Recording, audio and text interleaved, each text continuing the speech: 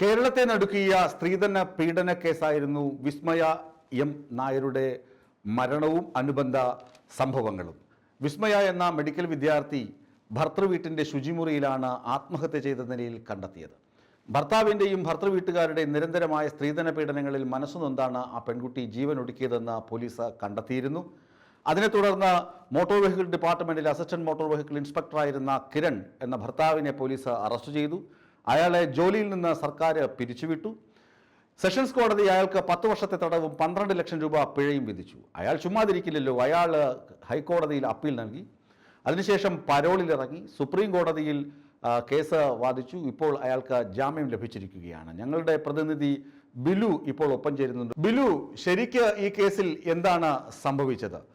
ഇപ്പോൾ സുപ്രീം കോടതിയാണ് ഈ പ്രതിക്ക് ജാമ്യം അനുവദിച്ചിരിക്കുന്നത്. സെഷൻസ് കോടതി വിധിക്ക് എതിരെ പ്രതി ഹൈക്കോടതിയിൽ അപ്പീൽ നൽകിയിട്ടുണ്ട്.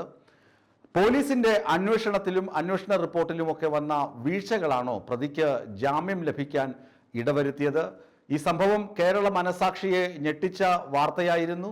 2021 ഈ മരണം സംഭവിച്ചത്. ബിലു, എന്താണ് ഈ വിധിയിൽ നിന്ന് മനസ്സിലാക്കുന്നത്? ജോയി, കേരളം കണ്ടതിൽ വെച്ച് ഏറ്റവും കുപ്രസിദ്ധമായിട്ടുള്ള ഒരു സ്ത്രീധന പീഡന മരണം തന്നെയാണ് വിസ്മയുടേത്. നമുക്കെല്ലാവർക്കും അറിയാം, 2021 ജൂൺ 21 വിസ്മയ നമ്മളെ വിട്ടുപിരിഞ്ഞത്. ഈ വിഷയത്തിലാണ് പ്രതിയായ കിരൺ കുമാറിന് ഇപ്പോൾ സുപ്രീം കോടതി ജാമ്യം അനുവദിച്ചിരിക്കുന്നത്. 10 വർഷം തടവും അതോടൊപ്പം തന്നെ 12 ലക്ഷം രൂപ പിഴയും അനുവദിച്ച കേസിൽ ഹൈക്കോടതിയിൽ ശിക്ഷാവിധി റദ്ദ് ചെയ്യണമെന്ന് ആവശ്യപ്പെട്ടുകൊണ്ട് കിരൺ കുമാർ കോടതിയെ സമീപിച്ചിരിക്കുകയാണ്. സുപ്രീം കോടതിയിൽ നിന്നും ഇപ്പോൾ ഇത്തരത്തിൽ അനുകൂലമായിട്ടുള്ള ഒരു വിധി വന്നിരിക്കുന്നത്. സുപ്രീം കോടതി ജാമ്യം അനുവദിച്ചു എന്ന് പറയുമ്പോഴും കോടതി തന്നെ ഇനി ഹൈക്കോടതി തീരുമാനിക്കട്ടെ എന്നാണ് പറയുന്നത്. ഏതായാലും നമുക്കറിയാം, പരമോന്നത കോടതിയാണ്. അതുകൊണ്ട് തന്നെ സുപ്രീം കോടതിയുടെ വിധി വന്നതോടുകൂടി ശിക്ഷാവിധിയിൽ പോലും ഇളവ് വന്നിരിക്കുന്നു എന്നാണ് നമുക്ക് മനസ്സിലാക്കാൻ കഴിയുന്നത്. ഒരുപക്ഷെ കേരളത്തിന്റെ സമൂഹ മനസാക്ഷി അങ്ങേയറ്റം ഞെട്ടിച്ച ഒരു സംഭവം തന്നെയാണ് 2021 വിസ്മയയ്ക്ക് സംഭവിച്ചിരിക്കുന്നത്. ഈ വിഷയത്തിൽ 90 ദിവസത്തിനകം IG ഹർഷിത അട്ടല്ലൂരിയുടെ നേതൃത്വത്തിലാണ് കുറ്റപത്രം സമർപ്പിച്ചിരിക്കുന്നത്.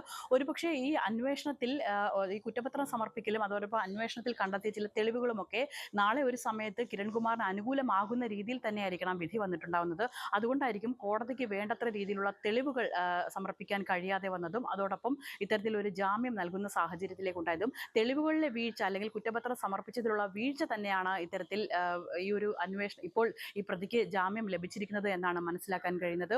ഒരുപക്ഷെ നമ്മൾ മുമ്പൊക്കെ കേട്ടതുപോലെ ജിഷ കൊലക്കേസും അത് പെരുമ്പാവൂരിലെ ജിഷ കൊലക്കേസും അതോടൊപ്പം സൗമ്യ വധക്കേസും ഒക്കെ തന്നെ വെള്ളത്തിൽ വരച്ച വര പോലെയായിരുന്നു നമ്മൾ കണ്ടിരുന്നത്. അതുപോലെ ഇത്തരത്തിലൊരു സംഭവം നാളെ മാഞ്ഞു പോകുമോ എന്നുള്ളതാണ് ഇപ്പോൾ അവശേഷിക്കുന്ന ചോദ്യം.